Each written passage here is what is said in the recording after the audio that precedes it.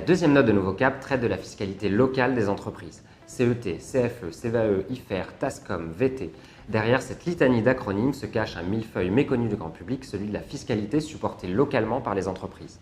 Fruit de plus de 30 années de politique de décentralisation, ce millefeuille caché n'a eu de cesse de s'épaissir dans l'opacité la plus totale, si bien qu'aujourd'hui la fiscalité locale économique pèse plus que l'impôt sur les sociétés.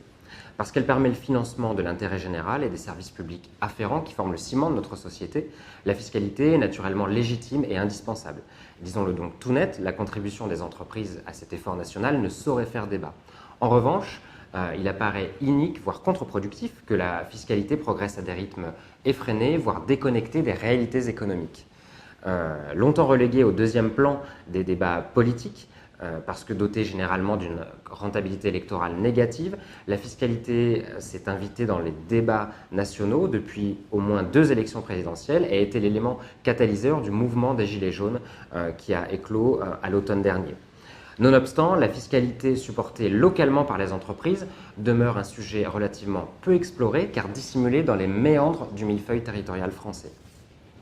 On ne peut donc évoquer la fiscalité locale économique sans s'intéresser au millefeuille territorial sur lequel elle est adossée.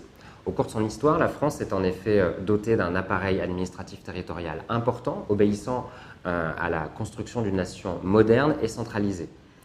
Bien plus tard, rompant avec la tradition jacobine héritée de l'Ancien Régime, qui avait été approfondie, consolidée par la Révolution puis par le Consulat, l'État français s'est engagé dans une double politique de décentralisation et de déconcentration à partir des années 80, multipliant ce faisant les niveaux administratifs et les acteurs publics territoriaux. Par conséquent, vu du ciel, un brouillard épais flotte aujourd'hui au-dessus de la carte administrative française, puisque notre maillage institutionnel repose sur un peu plus de 35 000 communes, sur 1263 intercommunalités, dont 22 métropoles, sur 101 départements et 18 régions. La France détient ainsi le triple record européen du nombre de collectivités, du nombre de communes par habitant, du ratio de collectivités par habitant, et elle est également médaille d'or en Europe et dans la zone OCDE en termes de mandats électifs. En outre, à ce millefeuille territorial s'ajoute une couche non moins étoffée, qui est celle des services déconcentrés de l'État, qui se fondent peu ou prou sur les mêmes divisions géographiques territoriales que les collectivités locales et qui concentrent 95% des agents de la fonction publique d'État.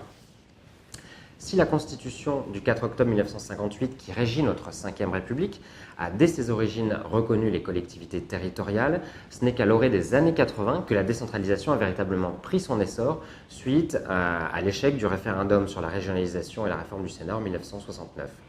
Donc, dans un contexte d'épuisement du modèle jacobin, partant du postulat que l'État centralisateur n'était plus à même de répondre aux enjeux locaux et consacrant les ambitions décentralisatrices qui avaient été amorcées lors des deux décennies précédentes, les lois de fer de 82 et 84 ont posé le premier acte de la décentralisation et de ce que Michel Rocard avait appelé la décolonisation de la province. Donc cet acte 1 de la décentralisation s'est traduit notamment par le transfert de compétences en termes d'action sociale, d'urbanisme, de formation professionnelle, de voirie, de gestion des collèges et des lycées, qui étaient jusqu'alors dévolus aux préfets vers les collectivités territoriales. Les régions, qui avaient été créées en 1956 sous la forme d'établissements publics dirigés par l'État, ont été érigées en véritables collectivités et confiées à des exécutifs politiques, à l'instar des départements. Pour accompagner l'éclosion de ces collectivités territoriales, la fonction publique territoriale a été quant à elle créée en 1984. Les multiples alternances politiques qui ont suivi n'ont pas remis en question les lois de fer et le changement de paradigme qu'elles ont introduit dans l'action publique territoriale. Sans dresser un inventaire ou un catalogue complet de l'ensemble des lois de décentralisation qui ont suivi, on peut citer notamment la révision constitutionnelle du 28 mars 2003, qui, impulsée par le gouvernement de Jean-Pierre Raffarin, grave symboliquement dans le marbre de la Constitution le caractère décentralisé de la République française, la loi du 13 août 2004, qui attribue de nouvelles compétences aux collectivités territoriales, aide aux entreprises, logement, réseau routier, gestion des ports et des aéroports. Vous avez également la loi du 16 décembre 2010 du gouvernement Fillon, qui crée le conseiller territorial, fusionnant élus régionaux et départementaux, et qui supprime également la clause générale de compétences. La loi MAPTAM du 27 janvier 2014, qui a rétabli la clause générale de compétences, qui a créé les conférences territoriales de l'action publique, et qui, dans une logique de spécialisation, a attribué des chefs de fila aux collectivités. Le développement économique aux régions, l'action sociale et la solidarité territoriale aux départements, la mobilité durable aux communes. Ensuite, la loi du 16 janvier 2015 qui a redélimité la carte des régions françaises, les faisant passer de 27 à 18. Et puis enfin, la loi NOTRe du 7 août 2015, présentée comme la réforme territoriale du quinquennat Hollande, qui a notamment renforcé le poids des régions en faisant le pivot économique de notre architecture territoriale, qui a vidé de leur substance les départements, en les privant notamment de leurs compétences économiques et transports, et qui a déplacé le centre de gravité de la décentralisation vers le couple région-métropole. Malgré cette batterie de réformes, quid de la décentralisation française aujourd'hui? Difficile de l'évaluer, et il faudrait tomber ni dans un excès d'honneur, ni dans un excès d'indignité. Concernant le triptyque de la réforme territoriale du précédent quinquennat, notre regard est néanmoins plutôt contrasté. La loi NOTRe n'a pas permis de rendre plus lisible l'architecture territoriale. La répartition des compétences n'est toujours pas claire entre collectivités elles-mêmes, mais entre les collectivités et l'État aussi. Et malgré leur taille, les nouvelles régions françaises demeurent des nains financiers en termes de budget comparés à leurs consoeurs européennes, qu'elles soient belges, espagnoles et allemandes. À titre d'exemple, le budget de la Bavière, du Länder de la Bavière, est 2 fois supérieur au budget total des 18 régions françaises. Enfin, les économies d'échelle promises par le gouvernement sont totalement inexistantes à ce jour. A contrario, nos voisins européens ont quant à eux rationalisé fortement leur organisation territoriale ces dernières années. En 30 ans, l'Allemagne a divisé par 2 le nombre de ses municipalités. En 20 ans, la Suède et le Danemark ont divisé par 10 le nombre de leurs communes. Et d'autres pays, tels que l'Italie ou le Royaume-Uni, ont mené des réformes territoriales de très grande ampleur aussi ces dernières décennies. Résultat aujourd'hui, les collectivités françaises en chiffres représentent 9% de la dette publique française, représentent 18% de la dépense publique, et les dépenses publiques des collectivités locales représentent 10,1% du PIB.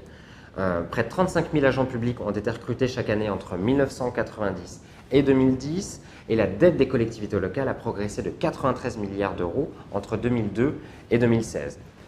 Dernier chiffre, selon la Cour des comptes, seulement 41% de l'augmentation des dépenses locales serait en réalité imputable au transfert de compétences de l'État vers les collectivités territoriales.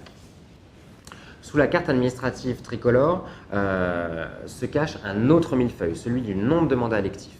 En effet, en additionnant le nombre de parlementaires, 577 députés, 348 sénateurs, 74 eurodéputés, mais également de maires, de conseillers municipaux, régionaux, départementaux, intercommunaux, la France est dotée de plus de 645 000 élus, 645 000 mandats électifs. Le taux de représentation français est donc 4,5 fois supérieur à celui des États-Unis, et la France compte donc un mandat électif pour 104 habitants, alors que l'Allemagne compte un mandat électif pour 500 habitants, le Royaume-Uni un mandat électif pour 2603 habitants. La fiscalité locale est naturellement le reflet de notre organisation institutionnelle. Dans ce contexte, de par son empilement de strates administratives et l'étendue de leurs compétences, le bloc territorial a engendré au fil des décennies un système fiscal extrêmement complexe et opaque. Une situation kafkaïenne qui résulte à la fois de l'absence de spécialisation des impôts par type de compétences et aussi de l'émission croissante de l'État. Donc, englobant l'ensemble des impositions directes et indirectes, la fiscalité locale économique est une mosaïque qui comprend notamment la CVAE, la taxe foncière sur les propriétés bâties, le foncier, le versement transport, les IFER, etc. Au total, la fiscalité locale économique représente 49,3 milliards d'euros en 2017.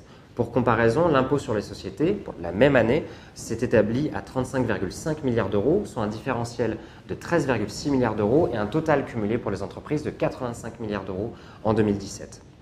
Par ailleurs, après avoir connu une nette diminution en 2010, suite à la suppression de la taxe professionnelle, la fiscalité locale économique n'a cessé d'augmenter depuis 2012, enregistrant une croissance de 10,1% sur la période 2011-2014, et une croissance de 7,3% sur la période 2013-2016.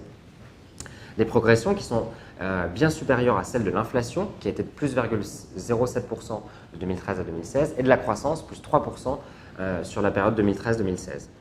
Rappelons au passage qu'en 2017, les prélèvements obligatoires ont atteint en France 48,4% du PIB, soit le record d'Europe et le record de la zone OCDE.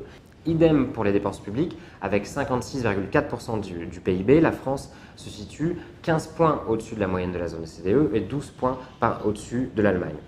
Dans ce contexte, en l'espace de 30 ans, la décentralisation a sécrété une confusion institutionnelle que ses concepteurs n'avaient certainement pas anticipée, pénalisant aussi bien les concitoyens que les entreprises, voire le fonctionnement des services publics.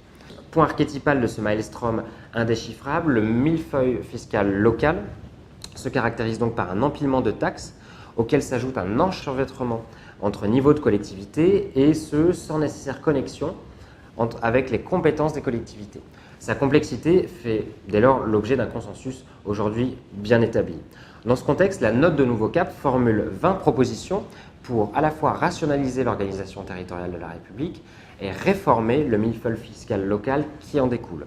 Parmi ces 20 propositions, nous proposons notamment de fusionner les communes de moins de 1000 habitants, de transférer aux métropoles les compétences des départements, de rétablir le conseiller territorial qui avait été institué par la loi du 16 décembre 2010, de supprimer la fonction publique territoriale, d'accélérer et d'amplifier la rationalisation de l'organisation de l'État.